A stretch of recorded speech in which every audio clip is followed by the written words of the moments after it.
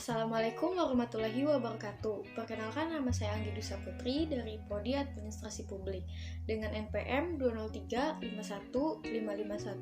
2035155160009. Di sini saya akan memaparkan materi mengenai perencanaan. Perencanaan sendiri memiliki pengertian ialah pemilihan serangkaian kegiatan serta pemutusan apa yang harus dilakukan selanjutnya, kapan, bagaimana, dan oleh siapa. Sedangkan perencanaan dalam arti formal ialah suatu proses yang melibatkan penentuan, sasaran, atau tujuan organisasi menyusun strategi secara menyeluruh guna mencapai sasaran yang telah ditetapkan sebelumnya. Perencanaan menurut para ahli. Yang pertama menurut Neumann William H. Perencanaan adalah penentuan terlebih dahulu apa yang akan dikerjakan guna mencapai suatu tujuan organisasi yang telah ditetapkan oleh para manajer. Yang kedua, menurut Adler. Menurut Adler, perencanaan adalah suatu proses menentukan apa yang ingin dicapai di masa yang akan datang, serta menetapkan tahapan-tahapan yang dibutuhkan untuk mencapainya. Kemudian, tujuan perencanaan. Setiap organisasi tentunya memiliki tujuan yang berbeda-beda. Dan tentu saja perencanaan yang dibuat akan berbeda-beda pula. Namun, pada kenyataannya, tujuan organisasi melakukan perencanaan adalah sebagai berikut ini. Yang pertama, mengantisipasi serta beradaptasi dengan segala perubahan yang terjadi. Karena pada kenyataannya, waktu yang akan datang penuh dengan ketidakpastian. Kedua, memberikan arahan kepada para administrator maupun non-administrator agar bekerja sesuai dengan rencana yang telah ditetapkan sebelumnya. Ketiga, menghindari atau setidaknya meminimalisir potensi yang terjadi tumpang tindih, yang artinya suatu keadaan yang menunjukkan bahwa satu pekerjaan yang sama dilakukan oleh beberapa orang, sehingga menghasilkan pekerjaan kembar ataupun ganda, serta menghindari terjadinya pemborosan dalam pelaksanaan pekerjaan.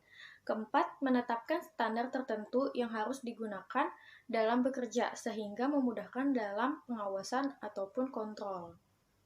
Kemudian, manfaat perencanaan. Yang pertama, mengurangi ketidakpastian pada waktu yang akan datang.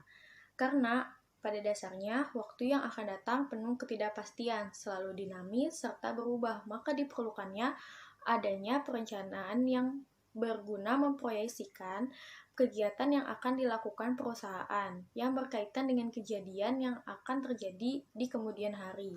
Dalam hal ini, yang penting bagaimana perusahaan membuat rencana yang realistis serta nyata untuk memilih cara terbaik yang tepat untuk mencapai suatu tujuannya. Kedua, memberi arah dan perhatian pada tujuan perusahaan. Perencanaan digunakan sebagai penuntun arah dalam mencapai dan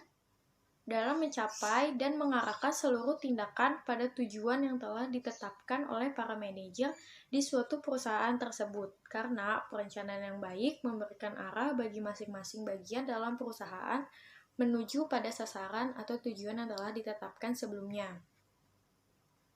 Yang ketiga, membantu memperkirakan peluang pada masa yang akan datang.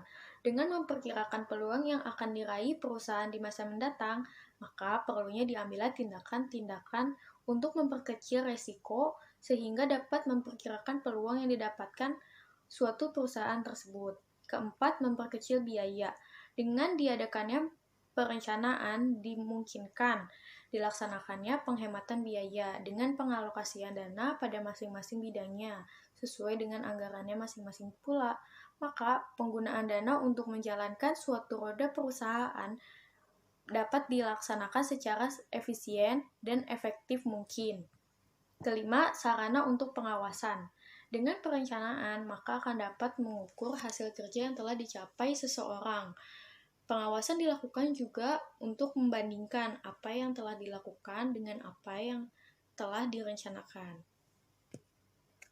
Kemudian jenis-jenis perencanaan. Jenis-jenis perencanaan ini dibagi menjadi 4. Yang pertama, berdasarkan ruang lingkupnya. Terdiri menjadi 2, yaitu perencanaan strategis dan perencanaan operasional. Perencanaan strategis sendiri ialah Suatu rencana jangka panjang yang bersifatnya menyeluruh, memberikan rumusan kemana perusahaan akan diraih, serta bagaimana sumber dayanya dialokasikan untuk mencapai tujuan selama jangka waktu tertentu dalam berbagai kemungkinan yang ada di lingkungannya. Biasanya perencanaan ini sifatnya ada di organisasi yang bersifat publik. Kelebihan perencanaan ini ialah bersifat komprehensif, yang artinya luas dan lengkap. Karena semua aspeknya dikaji, tidak hanya aspek fisiknya saja, tetapi sampai memperhitungkan sumber daya yang tersedia. Namun memiliki kelemahannya tersendiri, yaitu keterbatasannya pengetahuan sumber daya manusia organisasi yang tidak merata, sehingga tidak semuanya memahami visi serta misi organisasi tersebut. Yang kedua, perencanaan operasional. Perencanaan yang memutuskan perhatiannya pada operasi sekarang, atau yang disebut dengan jangka pendek, dan terutama berkenaan dengan tujuan mencapainya. Efisiensi perencanaan operasional biasanya dirancang untuk menguraikan lebih spesifik dan terperinci dari perencanaan strategisnya. Biasanya ada di perencanaan produksi, perencanaan keuangan, perencanaan fasilitas, perencanaan pemasaran, serta perencanaan sumber dayanya. Kemudian yang kedua, berdasarkan kerangka waktunya, terdiri menjadi 3 bagian. Yang pertama, perencanaan jangka panjang, yaitu rencana yang ditetapkan dengan batas waktu sekitar 3 tahunan. Contohnya ekspansi atau perluasan perusahaan yang go publik maupun go internasional. Kedua, perencanaan jangka penengah, yaitu rencana dengan batas waktu di antara jangka panjang dan jangka pendek. Contohnya yaitu evaluasi jabatan, standar mutunya, terus merekrut karyawan baru. Yang ketiga, perencanaan jangka pendek. Biasanya ini terjadi di batas waktu mencakup 1 tahun. Itu contohnya penempatan karyawan yang tepat, serta produksi produk yang mencapai target. Ketiga, perencanaan yang bersifat khusus. Itu terdiri menjadi 2 bagian, yaitu perencanaan direksional. Yang pertama, ada perencanaan direksional, yang artinya rencana yang fleksibel yang menetapkan pedoman umum bagi para manajer. Contohnya itu seperti rencana meningkatkan laba perusahaan sebanyak 5-10% selama 6 bulan mendatang. Yang kedua, perencanaan spesifik, yaitu rencana yang sudah dirumuskan dengan jelas dan tidak menyediakan ruang untuk interpretasi, yang artinya tidak memberikan kesan ataupun pendapat dari para karyawannya. Contohnya, manajer yang berusaha untuk meningkatkan laba perusahaan sebesar 20% selama 12 bulan dengan memutuskan prosedur tertentu, alokasi anggaran, dan jadwal kegiatan untuk mencapai kegiatan tersebut. Keempat, ada berdasarkan frekuensinya. Terdiri menjadi 2 bagian. Yang pertama, rencana sekali pakai.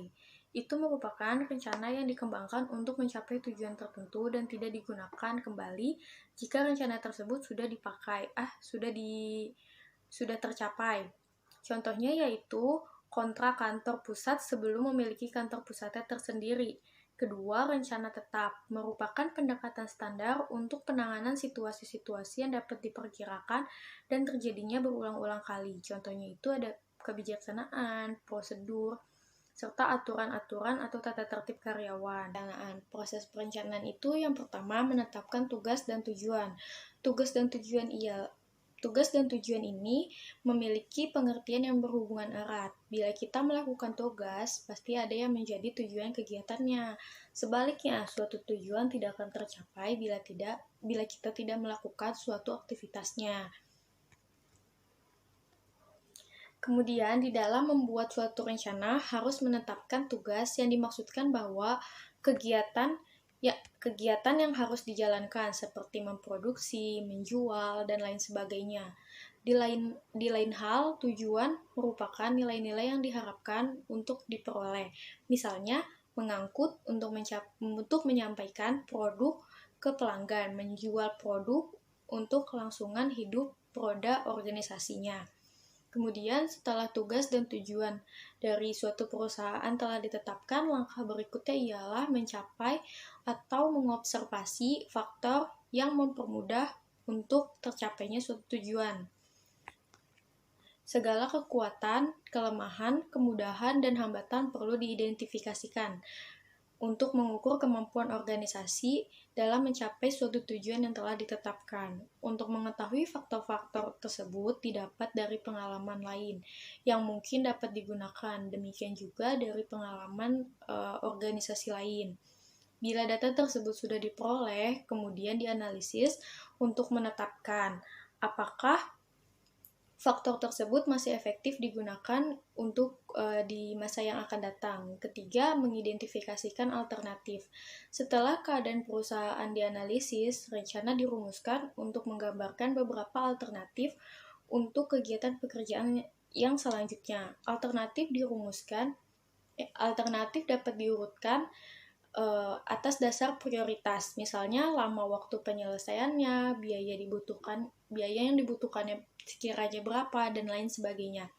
Yang terakhir yaitu membuat sintesis. Dalam fase ini, pembuatan rencana harus membuat berbagai kemungkinan yang akan terjadi. Negatif dari masing-masing kemungkinan harusnya dihilangkan dan kemudian unsur-unsur yang diambil secara positif sehingga diperoleh sintesis dari berbagai alternatif tersebut. Proses perencanaan termasuk pengembangan berbagai kegiatan untuk mencapai tujuan. Hasil dari alternatif tersebut dipilih yang paling terbaik sebagai prioritas utamanya. Jadi kesimpulan materi yang telah saya paparkan ialah perencanaan yaitu memiliki pengertian, pemilihan serangkaian suatu kegiatan, serta pemutusan apa yang harus dilakukan selanjutnya, kapan, bagaimana, dan oleh siapanya. Perencanaan sendiri memiliki berbagai macam tujuan, tergantung dari organisasi yang dijalankan oleh masing-masing anggotanya. Pada umumnya, tujuan tersebut yaitu mengantisipasi segala perubahan yang terjadi, memberikan arahan, menghindari adanya tumpang tindih dan pemborosan, menetapkan standar tertentu yang harus digunakan dalam bekerja sehingga memudahkan adanya pengawasan ataupun kontrol, serta memberikan berbagai manfaat lainnya yang tidak jauh berbeda dengan tujuan suatu organisasi tersebut melakukan sebuah perencanaan. Sekian presentasi dari saya. Apabila terdapat kesalahan ataupun kekurangan pada materi yang telah saya sampaikan, saya mohon maaf. Wassalamualaikum warahmatullahi wabarakatuh. Terima kasih sudah menonton.